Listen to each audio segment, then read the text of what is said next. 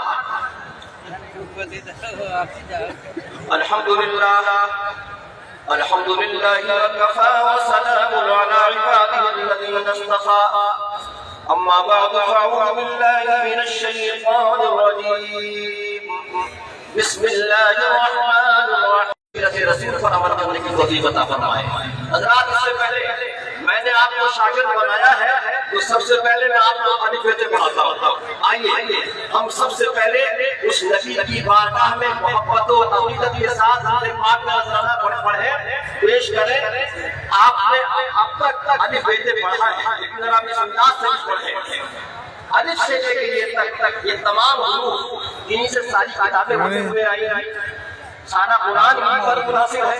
تو آپ ذرا دیکھیں کہ الف سے لے کے یہ تک یہ تمام حروف اللہ کے رسول کی بارگاہ میں کس طرح محبت کا نذرانہ پیش کرتے ہیں۔ الف کہتا ہے اللہ کے رسول، بے کہتا ہے بڑی شان والے، بے کہتا ہے تاجدار عرب و عجم، سے کہتا ہے سرورت والے، جیم کہتا ہے خیر القدر شان والے، یہ کہتا ہے کوئی اور نہیں حبیب خدا ہے، زال کہتا ہے دونوں جہاں کے تاجدار ہیں، زال کہتا ہے ذالک کتاب والے، لے کہتا ہے رحمت للعالمین ہے، سے کہتا ہے زمانے کے امام ہے، سین کہتا ہے ساقی کوثر ہے، بیچ راستہ بنا ہے، سواد کہتا ہے صاحب قابا قوسین ہے، سواد کہتا ہے سیدوں کے ماما ہے، دوئے کہتا ہے فاہا و یاسین لقب والے ہیں، زوئے کہتا ہے ظلم اور ظالموں کا خاتمہ ہے، عین کہتا ہے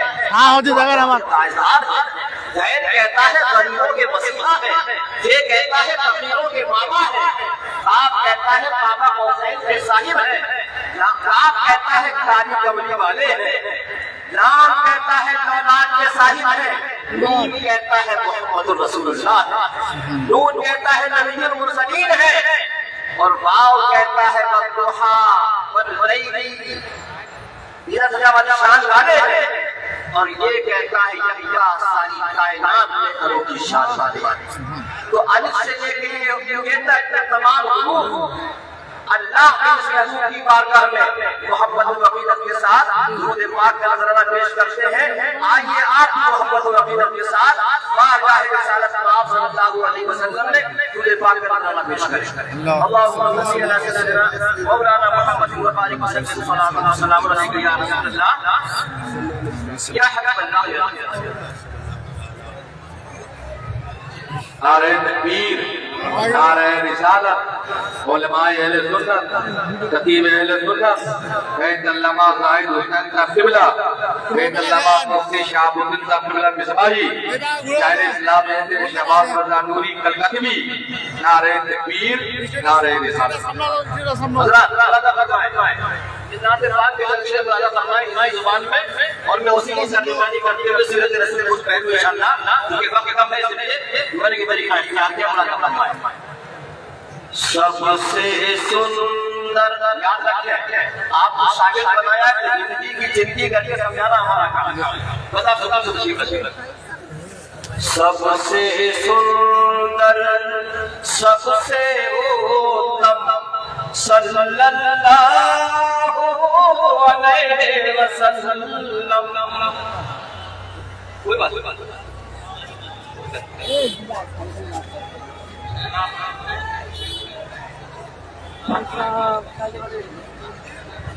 جی جی جی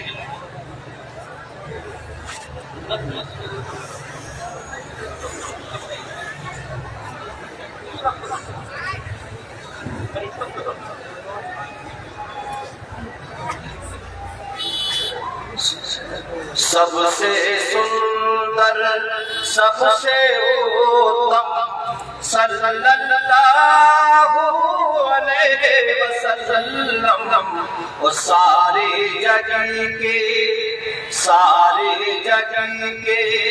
آپ پریتم صلی اللہ علیہ وسلم. پریتم ہمارے نبی، ہم کے بھی محبوب اور سارے جگ کے محبوب. اور ملاحظہ فرمائیں کہ پیارے نبی صلی اللہ علیہ وسلم کے چہرے پر کیسا نور نکل رہا تھا، کیسی جوتی پرکٹ ہوتی تھی کہ روشنی ایسی مکھ سے نکلے سورج جیسے بچھاگے. روشنی ایسی مکھ سے نکلے سورج جیسے بچھاگے. روپ انوکھا اور منورم صلی اللہ علیہ وسلم. سب سے سندر، سب سے اتم صلی اللہ علیہ وسلم. اور پیغمبر اسلام کی سیرت میں اللہ فرمائے کہ دشمن ان کو زخمی کرتے، دکھ پہنچاتے، پیڑا دیتے، لیکن پیارے آقا صلی اللہ علیہ وسلم کیا کرتے؟ دشمن طائف کے اندر آپ کے پیروں کو زخمی کیا گیا، دندان مبارک کو شہید کیا گیا. ایک صحابی رسول بارگاہ رسول میں حاضر ہوئے، عرض کیا کہ یا رسول اللہ یہ دشمن آپ کو زخمی کرتے ہیں، دکھ پہنچاتے ہیں، پیڑا دیتے ہیں، یا رسول اللہ ان کے لیے بدعا فرمائیے، ہلاکت کے لیے دعا کیجیے. فرمایا خبردار آج کے بعد ایسا جملہ اپنی زبان سے مت نکالنا، اس لیے کہ اللہ تبارک و تعالیٰ نے مجھے بدعا کرنے کے لیے نہیں بھیجا ہے، بلکہ اللہ تعالیٰ نے مجھے صالح آدم کے لیے رحمت بنا کر رکھا ہے. تو پیغمبر اسلام صلی اللہ علیہ وسلم لوگ ان کو برا بنا کہتے تھے، دکھ پہنچاتے تھے، لیکن پیارے آقا صلی اللہ علیہ وسلم سب کے لیے دعا فرمایا کرتے تھے. ملاحظہ فرمائیں کہ دشمن ان کو زخمی کرتے، دکھ پہنچاتے، پیڑا دیتے، آپ دعا کرتے سیم صلی اللہ علیہ وسلم. سب سے سندر. اور پیارے آقا صلی اللہ علیہ وسلم کے گھر میں 2 مہینے تک چولہا نہیں جلتا تھا، کھجوروں پر پانی پر گزارا کیا کرتے تھے. لیکن آپ کی صحابت کا یہ عادت تھا، آپ کی دانشورتا کا یہ عادت تھا کہ آپ کے دروازے پر کوئی مانگنے والا آتا تھا، چاہے وہ مانگنے والا کسی دھرم کا ہو، کسی مذہب کا ہو، لیکن پیغمبر اسلام کے دروازے سے وہ واپس نہیں جایا کرتا تھا۔ حضرات، جسے مسلمان نہیں کہتے، اسلام نہیں کہتا۔ ہندوستان کے بہت بڑے پروفیسر ہیں، پروفیسر کے ایس راما کرشنا راؤ، وہ اپنی کتاب کا پروفیٹ محمد صلی اللہ علیہ وسلم میں لکھتے ہیں کہ محمد صلی اللہ علیہ وسلم اتنے بڑے دانی تھے، اتنے بڑے دیالو تھے کہ آپ کے دروازے پر کوئی مانگنے والا آتا تھا اور گھر میں دینے کے لیے سامان نہیں ہوتا تھا تو پیغمبر اسلام ادھار دے دیں گے، مانگنے والے کی ضرورت پوری فرما دیا کرتے، لیکن کبھی اپنے وعدے سے واپس نہیں کیا کرتے۔ ملاحظہ فرمائیں کہ پیٹ سے پتھر باندھے رہنا، خود نہ کھانا دان میں دینا، پیٹ سے پتھر باندھے رہنا، خود نہ کھانا دان میں دینا، دینوں دکھی کے، یا رسول اللہ دین مانے غریب، دینوں دکھی کے تم ہو ہمدم صلی اللہ علیہ وسلم، سب سے سندر۔ حضرات، میں یہاں بتانا چاہتا ہوں کہ پیغمبر اسلام بہت بڑے دانشور سخاوت بہت بڑے سخی ہے۔ ہمیں چاہیے کہ پیغمبر اسلام کی سنت کے اوپر عمل کریں۔ آپ کو یاد ہوگا کہ پیغمبر اسلام صلی اللہ علیہ وسلم اتنے بڑے دانی تھے، اتنے بڑے سخی تھے۔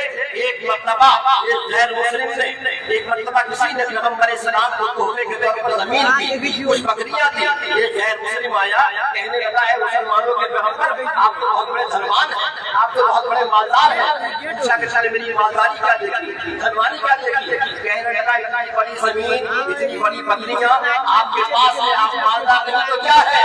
پیغمبر اسلام نے فرمایا کہ جا، یہ تمام بکریاں اور زمین میں نے تجھ کو عطا فرمائی، بکریاں اور زمین میں نے تجھ کو عطا فرمائی۔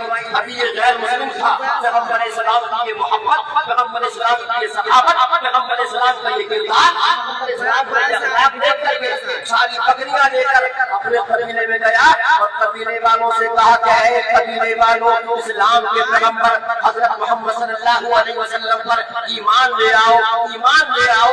قسم خدا کی اتنا دیتے ہیں کہ مالا مال آدمی بھی جائے چھو مالا حضرات، آپ حضرات بہار سے پہلے گورکھپور ہے، گورکھپور کے پاس مگدھ ہے۔ ابھی کبھی تو ہندوستان کے بڑے بڑے مجاہدوں نے، کبھی کلاس آئے گرو نانک جی نے پیغمبر اسلام کی تعریف کی۔ زندہ باد، واہ واہ۔ کبیر داس کبیر داس تمہارے دوہے بہت پڑے جاتے ہیں، 8ویں کلاس میں 10th کلاس میں، ذرا یہ بتاؤ کہ تم نے پیغمبر اسلام کو سمجھا ہے؟ وہ پیغمبر جو ساری دنیا کے لیے رحمت بن کر آیا، کرپا بن کر آیا، دیالو بن کر آیا، اس کے بارے میں جانا ہے تو پیغمبر کبیر داس کہتے ہیں محمد اللہ جب تیرا ہو پورو جنم کے پاپ بن جائی۔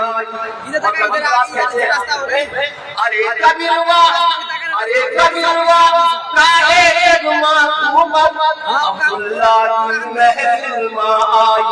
اے کبیر، مجھے مکتی چاہیے، نجات چاہیے، موقع چاہیے، تو کاہے مارا مارا کرتا ہے؟ پیغمبر اسلام کے چرنوں میں آ، یہی ہے، یہی نجات۔ اور گرو ارجن دیو، گرو ارجن دیو گرن صاحب کہتے ہیں اچھے پہر فولاد میں آبن سنجڑے سکول، دوزخ فولاد کیوں رہے جاچک نہ ہوئے رسول۔ کہتے ہیں کہ وہ شخص دنیا میں آخرت میں آٹھوں پہر بھٹکتا پھرے گا جس کے دل میں محمد صلی اللہ علیہ وسلم کی محبت نہیں۔ تو حضرات، یہ وہ پیغمبر ہے، یہ وہ پیغمبر ہے کہ ان کے کرم کو دیکھ کر کے، ان کے رحم کو دیکھ کر کے لوگوں نے کیا کیا ہے؟ اسلام قبول کیا ہے۔ آئیے اور ملاقات کریں۔ تو پیغمبر اسلام صلی اللہ علیہ وسلم اتنے بڑے دانشیر کہ آپ کے دروازے پر کوئی آتا تھا تو اس کو واپس نہیں کیا کرتے تھے۔ آپ حضرات کسانی کرتے ہیں، کھیتی باڑی کرتے ہیں۔ ایک مرتبہ پیغمبر السلام کے پاس ایک دیہاتی آیا اور اس کے کھیت میں پہلا پھل پیدا ہوا ککڑی. کیا پیدا ہوئی؟ ککڑی. تحفے کے طور پر پیغمبر اسلام کی بارگاہ میں پیش کی یا رسول اللہ یہ میرے کھیت کا پہلا پھل ہے. اللہ کے رسول نے اس دیہاتی سے وہ پھل قبول فرمایا اور اس کے بدلے میں ایک ڈب بھر کے سونا عطا. بہت پیچھے تھی وہ. تو رات یہ ہے کہ پیغمبر اسلام سے سیرت فرمائے کہ دنیا میں آئے لاکھوں پیغمبر تم سا ہوا نا پیار کا ساگر. دنیا میں آئے لاکھوں پیغمبر تم سا ہوا نا پیار کے ساگر. انتریامی آپ ہو تم صلی اللہ علیہ وسلم سب سے سندر. اور اس سے فرمائے کہ رب ہے داتا سب کا مالک اس نے بنایا کو فطرت. رب ہے داتا سب کا مالک اس نے بنایا تم کو فطرت. دان دیا کا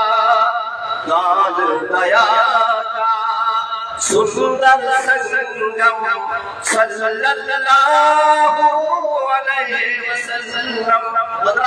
آج کچھ لوگ کہتے ہیں کہ اسلام آتنک کی تعلیم دیتا ہے, اسلام ظلم کی تعلیم دیتا ہے. مسلمانوں ہماری ذمہ داری بنی ہے کہ پیغمبر اسلام کی سیرت کو پڑھو, پیغمبر اسلام کو پڑھو, اسلام کو پڑھو اور دنیا کو بتاؤ کہ اسلام ظلم کی نہیں, اسلام محبت کی تعلیم دیتا ہے. اسلام پیار کی تعلیم دیتا ہے, اسلام ایکتا کی تعلیم دیتا ہے. اور دنیا کو بتاؤ کہ پیغمبر اسلام سے بڑا دنیا میں کوئی رحم دل مہربان کوئی نہیں سکتا. یہ پیغمبر تو وہ پیغمبر ہے کہ انسان کو انسان جانوروں کے ساتھ بھی محبت کا برتاؤ کرنے کی تعلیم دیتے ہیں, جانوروں کے ساتھ پیار کی تعلیم دیتے ہیں. اور جانور ہی نہیں پیڑ پودوں کے ساتھ بھی پیغمبر اسلام نے محبت کی تعلیم دی ہے. بلند فرمائے کہ ایک مرتبہ میرے آقا صلی اللہ علیہ وسلم گھر میں تشریف فرما ہے. جب گھر میں تشریف لائے تو کیا دیکھا کہ آپ کے بستر پر بلی سو رہی ہے. کیا سو رہا ہے؟ بلی. انسان ہے جانور ہے, بلی سو رہی ہے. خادم نے چاہا کہ بلی کو اٹھا دیا جائے, بلی کو بھگا دیا جائے, لیکن وہ پیغمبر جو ساری دنیا کے لیے رحمت بن کر آیا, کرپا بن کر آیا, فرمایا خبردار بلی کو اٹھانا مت, اگر اٹھاؤ گے تو اس کے آرام میں خلل پڑے گا, اس کی نیند میں خلل پڑے گا. تو مسلمانوں دنیا کو بتاؤ کہ جو پیغمبر جانوروں کے آرام کا اتنا خیال کرتا ہو وہ انسانوں کا کتنا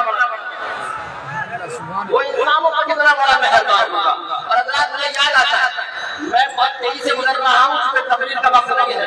میں کچھ باتیں آپ کے سامنے عرض کر رہا ہوں, انشاءاللہ زندگی میں موقع آئے گا پھر میں انشاءاللہ گفتگو کروں گا.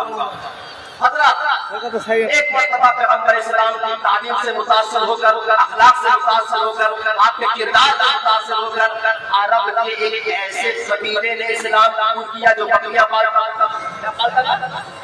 بکریاں پالتا تھا, پورا قبیلہ بکریاں.